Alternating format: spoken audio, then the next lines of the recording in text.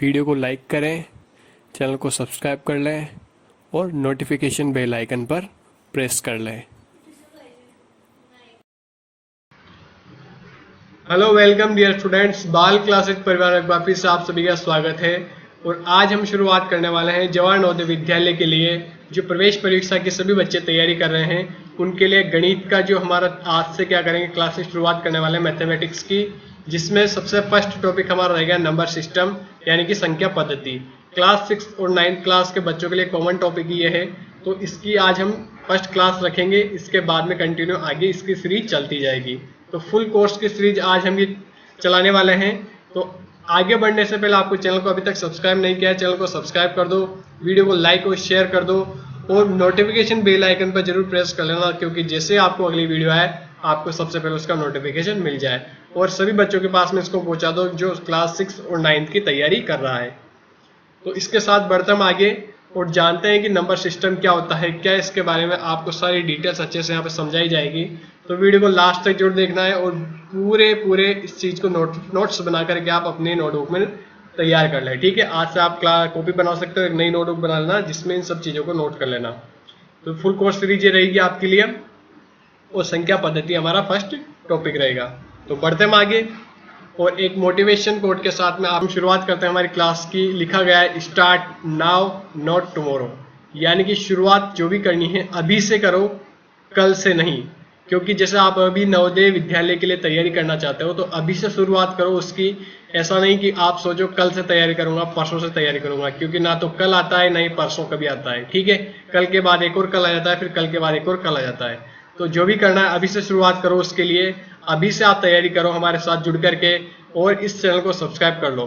तो बढ़ते हम आगे। सबसे फर्स्ट में नंबर सिस्टम में क्या होता है, इस टॉपिक के बारे में फुल डिटेल हम समझेंगे, तो वीडियो को लास्ट तक आपको जरूर देखना है। ठीक है, चलो। नंबर सिस्टम में सबसे पहले हम देखते हैं, देखो अंक, डिजिट का मतलब होता है अंक, और अंक मिलकर ही किसी नंबर का निर्माण करते हैं, किसी नंबर को यहाँ पर डिफाइन करते हैं। जैसे कि अंक क्या होते हैं, 0, 1, 2, 3, 4, 5, इस तरीके से चलते जाएंगे इनफाइनाइट तक, यानी कि अनंत तक।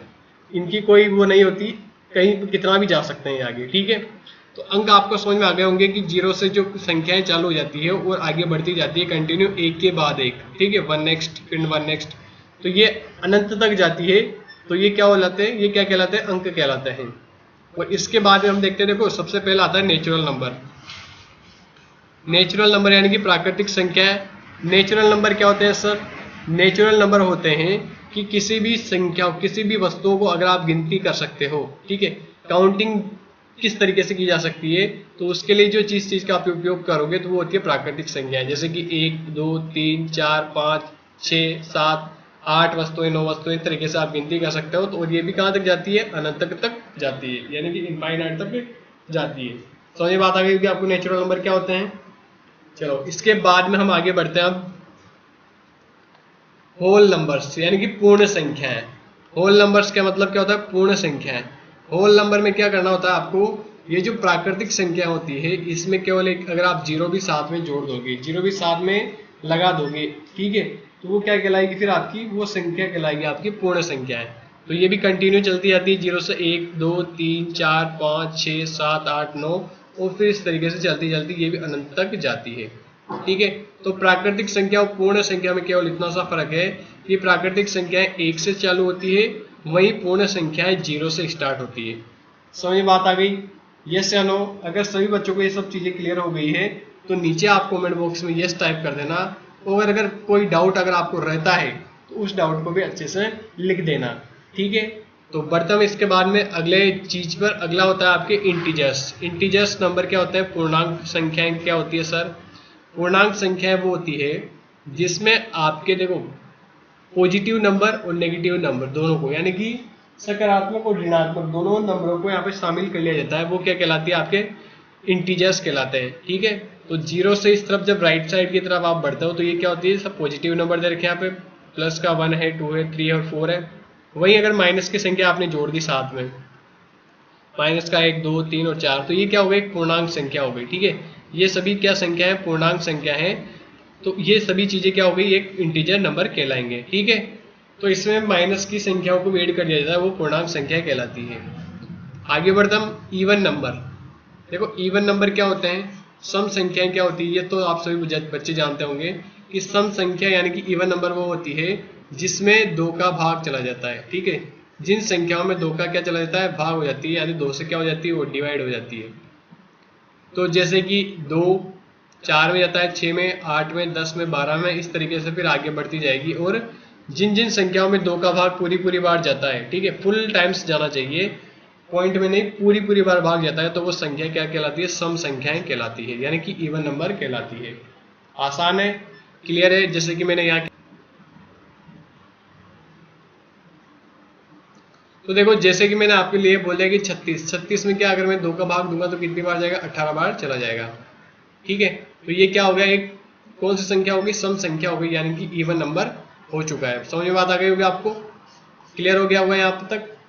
चलो इसके बाद में आगे बढ़ते हैं और देखते हैं कि विषम संख्याएं क्या होती है। ओड नंबर किसको कहा जाता है, ओड नंबर विषम संख्याएं किसको कहा जाता है, वह संख्या है जिसमें 2 का भाग नहीं जाता, यानी कि क्रॉस का मतलब ये है कि नहीं जाएगा। ठीक है ना, 2 का भाग नहीं जाएगा तो वो सभी संख्याएं क्या कहलाएगी, विषम संख्याएं कहलाएगी। ये बात आप ध्यान रखना। जैसे कि 1 है, 1 में 2 का नहीं जाता, 3 में नहीं जाएगा, 5 में पूरी बार नहीं जाता, ये बात आप याद रखना, पूरी बार नहीं जाता, तो वो सभी संख्याएं विषम संख्याएं कहलाती है। तो ये संख्याएं जो दे रखी है आपके, कौन कौन सी विषम संख्याएं दे रखी है, 1 3 5 7 9 11 13 15 17, इस तरीके से चलती जाएगी, सो ऑन। ठीक है, बात समझ आ गई आपको। चलो इसके बाद में हम बढ़ते हैं, यहाँ तक आपको मुझे लगता है सभी बच्चों को सब कुछ क्लियर हो गया होगा। ठीक है, और अगर डाउट रहता है तो आप नीचे कमेंट बॉक्स में कर देना। अगला आता है आपके अभाज्य संख्या, प्राइम नंबर जिसको हम कहते हैं, अभाज्य संख्याएं। अभाज्य संख्याएं क्या होती है, जिसमें या तो 1 या इटसेल्फ का मतलब स्वयं जो संख्या खुद है उसका भाग जाता हो, केवल इन दोनों संख्याओं से भाग होती हो। कौन कौन सी, या तो 1 से होगी या खुद से होगी, इटसेल्फ यानी कि स्वयं से। जैसे कि अब यहाँ पर लिखी गई है 2, तो 2 में केवल 2 का ही भाग जाता है या फिर केवल 1 का जाता है। बात समझ आ गई आपको, 2 में या तो 1 का भाग जाता है या खाली 2 का जाता है। वैसे 3 में 5 7 फिर 11 13 फिर 17, फिर अगली क्या आएगी, 19 आ जाएगी। ठीक है, तो ये जो संख्या है ये क्या संख्या कहलाएगी, अभाज्य संख्या कहलाएगी। और इसमें एक बात आप याद रख लो कि दो क्या है, सम संख्या भी है। 2 क्या है, 2 सम संख्या भी है। तो 2 ही केवल एक ऐसी संख्या है जो सम संख्या भी है। ठीक है, 2 एक ऐसा नंबर है जो क्या इवन नंबर भी है और साथ में क्या है, प्राइम नंबर भी है। दोनों बातें इसमें लागू होती है 2 के अंदर, कि 2 क्या है, 2 एक प्राइम नंबर भी है और एक इवन नंबर भी है। और बाकी जितनी भी अभाज्य संख्याएं होगी, जैसे 3 5 7 11, ये सब क्या कहलाएंगी, ये सब रहेगी विषम संख्याएं। ठीक है, बाकी सभी संख्याएं क्या रहती है, विषम संख्या रहती है, केवल 2 को छोड़ करके। और सबसे छोटा अभाज्य नंबर भी क्या होता है, 2 ही होता है। ठीक है, बात समझ आ गई आप सभी बच्चों के। चलो आगे बढ़ते हैं अब सर यहाँ तक तो सब कुछ क्लियर हो गया। अब ये को प्राइम नंबर आ चुका है, ये क्या होता है, ये तो हमने कभी सुना नहीं। तो को प्राइम नंबर हम आपको समझा देते हैं, अगर आपने थोड़ा बहुत इसके बारे में जानते हो या नहीं तो वह हम समझा देंगे अभी। देखो को प्राइम नंबर होती है सह अभाज्य संख्याएं, सह अभाज्य संख्याएं। इसके पहले कौन सी संख्या पढ़ी थी आपने, केवल अभाज्य संख्या पढ़ी थी। अभी हम पढ़ेंगे सह अभाज्य संख्याएं, को प्राइम नंबर्स। को प्राइम नंबर में क्या होता है कि जैसे कि 2 संख्या आपको दे दी गई होगी, जैसे कि यहाँ पे 15 और 8 दे रखी 2 संख्याएं। अब इनके आपको फैक्टर करने हैं। फैक्टर का मतलब ये है कि 15 में किन किन संख्याओं का भाग जाता है। देखो 15 में 1 का भाग जाता है, 3 का जाता है, 5 का जाता है और 15 का जाता है। क्या इनके अलावा किसी और संख्या का भाग जाता है, नहीं सर जी नहीं जाता। अच्छा है, अब 8 में देखो, 8 में किन किन संख्याओं का भाग जाता है, सर 1 का तो जाता है, 2 का भी जाता है, 4 का भी जाता है और 8 का भी जाता है। ठीक है, को प्राइम नंबर हमको जब ज्ञात करना है तो दोनों का अलग अलग हम क्या कर देंगे, फैक्टर निकाल देंगे। ठीक है, फैक्टर समझ आ गए कि उस संख्या में किस किस संख्या का भाग जाता है। अब इन दोनों में कॉमन क्या है, यहाँ पर भी 1 है और यहाँ पर भी क्या दे रखा है, सर 1 दे रखा है। तो दोनों में कॉमन क्या चीज हुई, कॉमन का मतलब दोनों में सेम संख्या क्या हुई, सह अभाज्य संख्या क्या हुई, 1 हुई या नहीं, यस या नो, 1 हुई या नहीं। तो लिखा गया है 1 is the only common factor of 15 and 8, 15 and 8 को प्राइम नंबर। मतलब 15 और 8 आपस में को प्राइम नंबर है, क्योंकि इनके अंदर एक इनके जो फैक्टर हैं उनमें एक कॉमन संख्या आ चुकी है, कौन, 1 आ चुकी है। ठीक है, ऐसे हम कह सकते हैं जैसे कि यहाँ पे लिखा गया है 2 और 3, तो 2 और 3 भी क्या है, को प्राइम नंबर है। कैसे, 2 में भी 1 का भाग जाता है और 3 में भी 1 का भाग जाता है, यस या नो। तो दोनों में 1 कॉमन हो गया, मतलब ये दोनों भी क्या हो गई, को प्राइम नंबर हो चुके हैं। ठीक है, तो 15 और 8 भी क्या है, आपस में को प्राइम नंबर है, अभाज्य संख्याएं हैं। Is it clear? क्या आपको ये क्लियर हो चुका है? अगर सभी बच्चों को क्लियर है तो लास्ट में कमेंट बॉक्स में सभी ऑल क्लियर लिख देना आप। अगर सब कुछ क्लियर हो जाएगा तो लास्ट में लिखेंगे ना ऑल क्लियर। ठीक है, चलो बढ़ते, यहाँ तक मुझे लगता है सभी बच्चों के सब कुछ समझ में आ गया होगा। इसके बाद में हम बढ़ते हैं और आगे की नेक्स्ट चीज पढ़ते हैं। ठीक है, तो अब कुछ इंपॉर्टेंट पॉइंट आपको नोट कर लेने चाहिए। ये नोट आप डाल लो अपनी नोटबुक में, और नोटबुक आपने मुझे लगता है सब बना लेना, क्योंकि फुल कोर्स हम पढ़ेंगे। तो नोट आप यहाँ डाल लेना सम इंपॉर्टेंट पॉइंट्स के नाम से, कुछ महत्वपूर्ण बिंदु क्या क्या है जो आपको याद होने चाहिए। क्योंकि इनसे डायरेक्ट क्वेश्चन पूछता है एग्जाम में, डायरेक्ट क्वेश्चन आएगा आपको केवल। अगर ये पॉइंट आपको याद है तो आप सीधा आंसर कर दोगे। सबसे फर्स्ट है कि सबसे छोटी अभाज्य संख्या क्या है, 2 है। अभी मैंने प्राइम नंबर आपको पढ़ाया तो उसमें अभी कहा है मैंने जस्ट। तो number 2 is the smallest prime number. ठीक है, ये लिख लो आप, सबसे छोटी प्राइम अभाज्य संख्या क्या होती है, 2 होती है।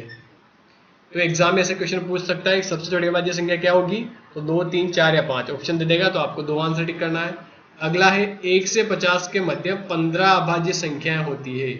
1 से 50 के मध्य कितनी होती है, 15 अभाज्य संख्या होती है। There are 15 prime numbers between 1 to 50। तो आप सभी बच्चों का एक होमवर्क लिख लो साथ में कि 1 से 50 तक के बीच में, 50 नहीं 100, 1 से 100 तक के बीच में सारी प्राइम नंबर आपको लिखने हैं। ठीक है, जितने भी प्राइम नंबर है सब लिख करके कमेंट कर देना नीचे आराम से, कोई दिक्कत वाली बात नहीं, कमेंट कर देना। ठीक है, तो अब और गिनना क्या, 1 से 50 के बीच में आपके 15 अभाज्य संख्या आ गई। अगर नहीं आई है तो आपने कहीं ना कहीं बीच में कोई संख्या छोड़ दी या फिर कहीं ना कहीं ज्यादा लिख दी, तो ध्यान से चीज को चेक कर लेना। अगला पॉइंट है, एक अंक की सबसे छोटी संख्या 1 है। ठीक है, ये बात तो सबको पता है, लेकिन सबसे बड़ी संख्या क्या है, 9 है, एक अंक की, यानी कि केवल एक सिंगल डिजिट की, 1 डिजिट की, ओनली 1 डिजिट की क्या है, केवल 1 है। और सबसे बड़ा नंबर क्या है, 9 है। बात समझ में आ गई?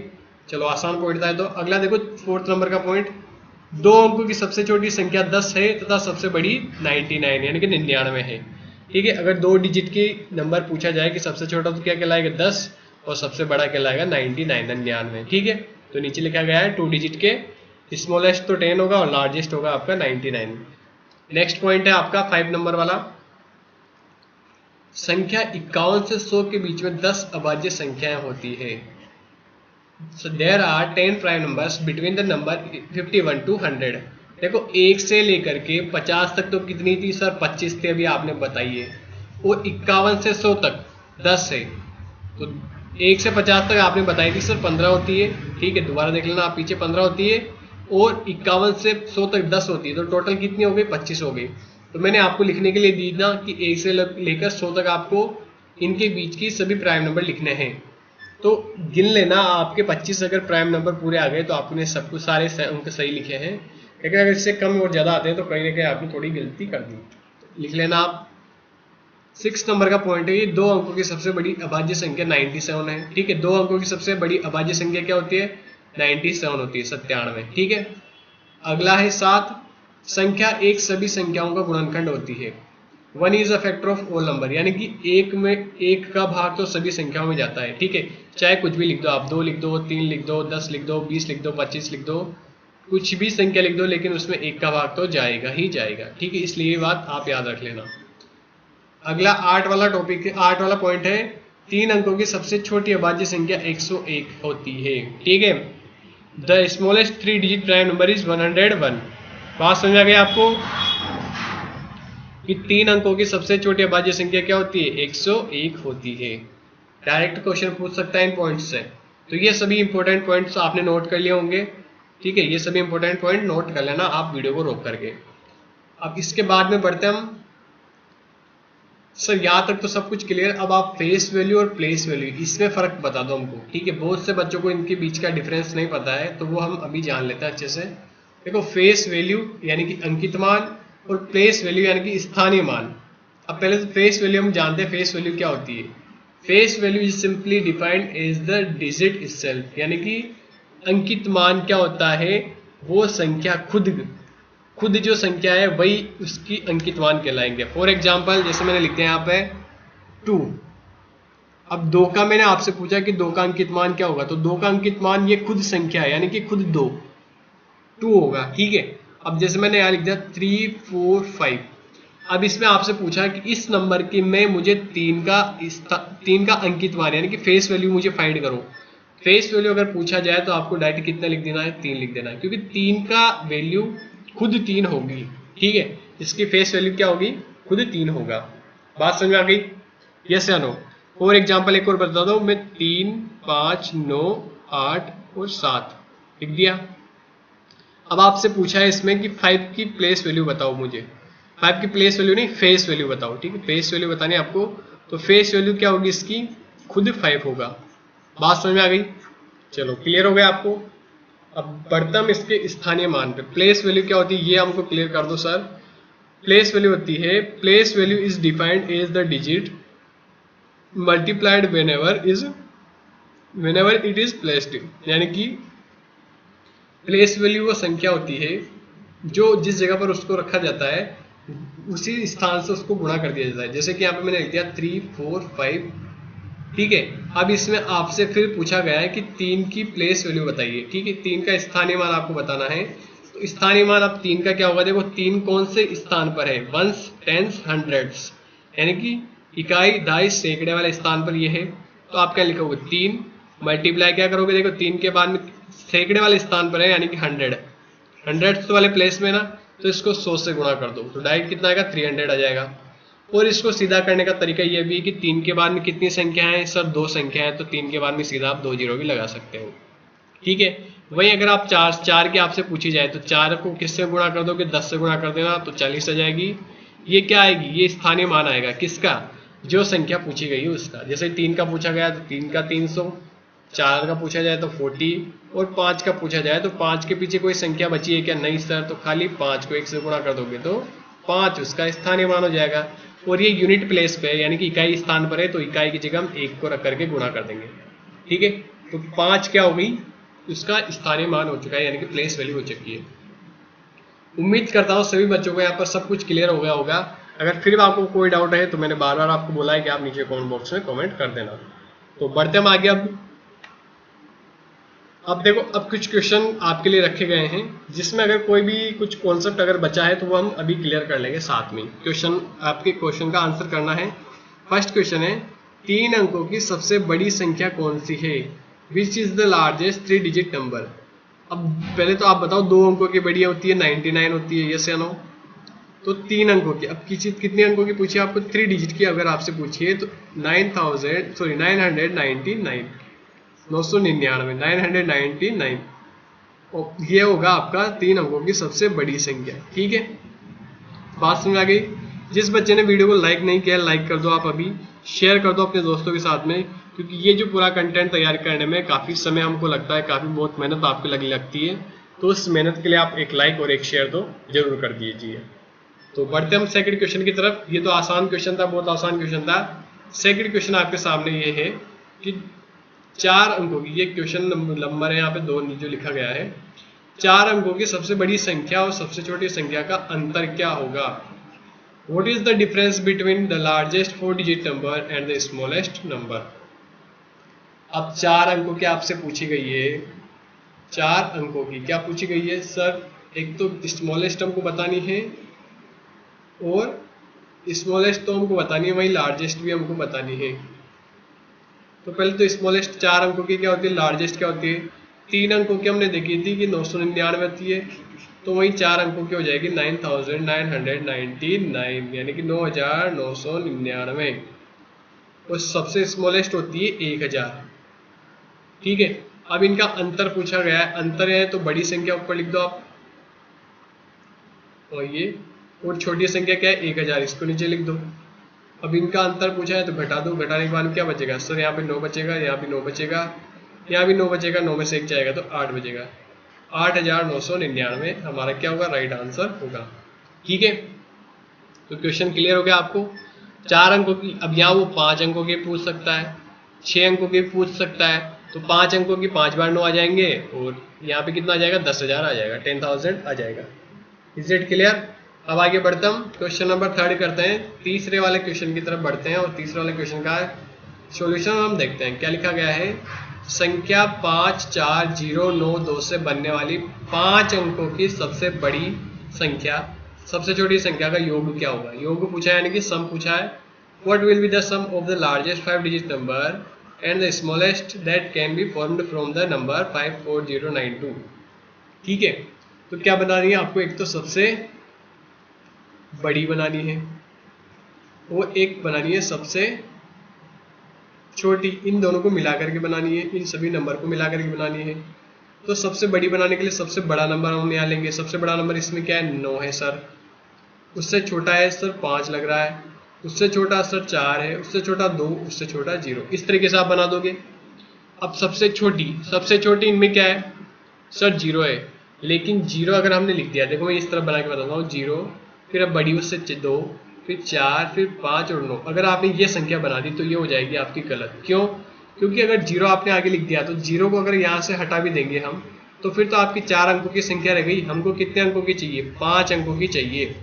ठीक है, अगर आपको 5 डिजिट का नंबर चाहिए तो आपको क्या करना होगा, 0 के अलावा जो छोटी संख्या उसको पहले रखेंगे। जैसे कि 2 को पहले यहाँ रखना पड़ेगा, उसके बाद में हम 0 लगाएंगे हमेशा। ठीक है, फिर लिखेंगे हम 4 और फिर 5 फिर 9। इस प्रकार से हम करेंगे।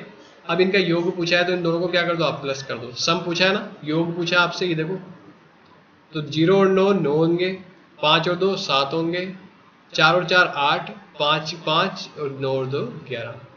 ये हमारा राइट आंसर होगा। समझ में बात आ गई? और ये नंबर आपको पढ़ने आते होंगे, अगर नहीं आते तो इसको ऐसे पढ़ेंगे आप, 1 10 100 1000 10,000 और लाख, 1,15,000 1,15,879। इस तरीके से आप इसको पढ़ सकते हो। ठीक है, तो ये थर्ड वाला क्वेश्चन आपके क्लियर हो गया होगा। चलो बढ़ते हम आगे, फोर्थ वाले क्वेश्चन पे पढ़ते हैं।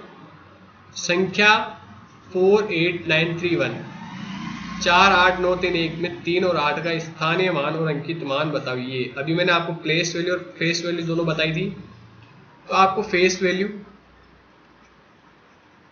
यानी कि अंकित मान आपको बताना है और वहीं पे प्लेस वैल्यू आपको बतानी है। ठीक है, देखो मैं यहाँ पर लिख देता हूँ दोबारा, प्लेस वैल्यू का आपको क्या करना है, फाइंड करना है। तो फेस वैल्यू देखो इसमें किस किस का बताना है, 3 और 8 का बताना है। तो 3 और 8 जो भी है तो फेस वैल्यू वो खुद आ जाएगी, यानी कि 3 और 8 यही आपका क्या हो जाएगा, आंसर हो जाएगा। ठीक है, लेकिन प्लेस वैल्यू अलग अलग होगी इनकी। प्लेस वैल्यू कैसे निकालेंगे, जैसे पहले 3 का पूछा है तो 3 के पीछे कितनी संख्या है, यहाँ पर देखो 3 के पीछे एक संख्या है, तो हम 3 लिख करके इसके पीछे लगा देंगे 1 0। ये किसका हो गया, 3 का हो गया, तो 3 बराबर लिख दो।